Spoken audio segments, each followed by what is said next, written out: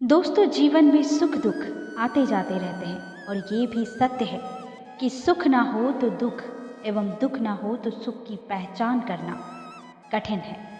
यदि तुम बिन देखे, बिन पढ़े, बिन सोचे समझे किसी का विरोध करते हो, ये भी पशु वृत्ति है।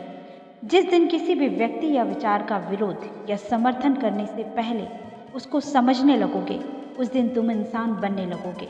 तुम्हारी प्रतिक्रिया में समझ की भूख होनी चाहिए, ना कि जलन की। नमस्कार दोस्तों, एमपी भोपाल से मैं हूँ आरजे रानी और लेकर आई हूँ एक ऐसी ही दिलचस्प अनोखी कहानी।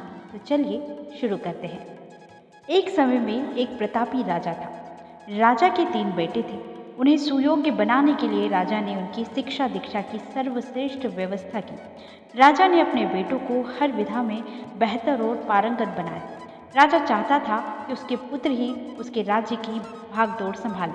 जब राजा बूढ़ा हो गया तो उसने अपने सभी पुत्रों को अपने पास बुलाया और उनसे कहा कि पुत्रों, हमारे राज्य में नाशपति का एक भी पेड़ नहीं है, इसलिए मैं चाहता हूँ कि तुम सभी एक पेड़ की खोज में जाओ और वापस आकर मुझे यह बताओ कि वह कैसा होता है।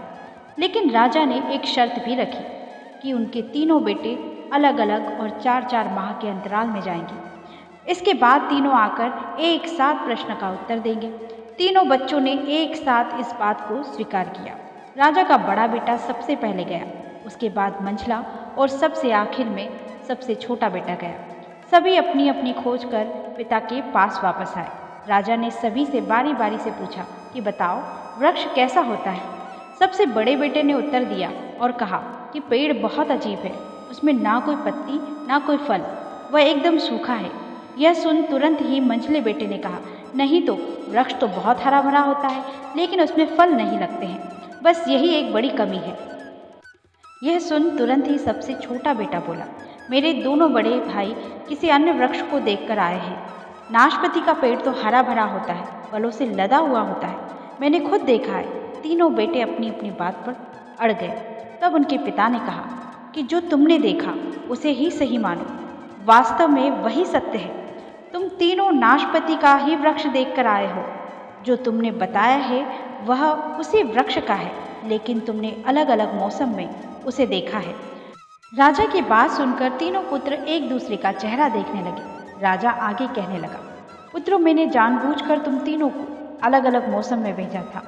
ऐसा मैंने तुम्हें जीवन की एक गहरी सीख देने के लिए किया था। राजा ने अपने बेटों से कहा कि आज वो उन्हें 3 बातें बताएगा जिससे उन्हें जीवन की सीख मिलेगी। इस प्रकार राजा ने अपने पुत्रों को 3 बातें बताई। पहली बात, किसी भी चीज़ को एक बार देख या जांच कर उसके बारे में पूरी जानकारी प्राप्त नहीं होती। किसी भी व्यक्ति या वस्तु के बारे में पूरी जानकारी प्राप्त करने के लिए उसका अवलोकन लंबे समय तक करना पड़ता है। किसी के बारे में राय जल्दी नहीं बनानी चाहिए। दूसरी सीख, हर मौसम हमेशा एक सा नहीं रहता। नाशपति के वृक्ष पर जब भी मौसम का प्रभाव पड़ता है तो कभी वह सूखा तो कभी हरा भरा हो जाता है। ऐसे ही जीवन के उतार चढ़ाव में सुख दुख, असफलता सफलता का दौर आता रहता है। ऐसे में हमको हिम्मत बनाए रखनी होती है। मौसम की तरह बुरा समय भी गुजर जाता है।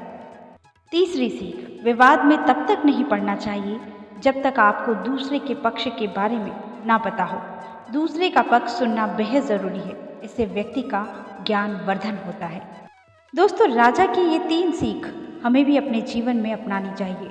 इसी के साथ अपना ख्याल रखिए, हंसते रहिए, हंसाते रहिए। नमस्कार।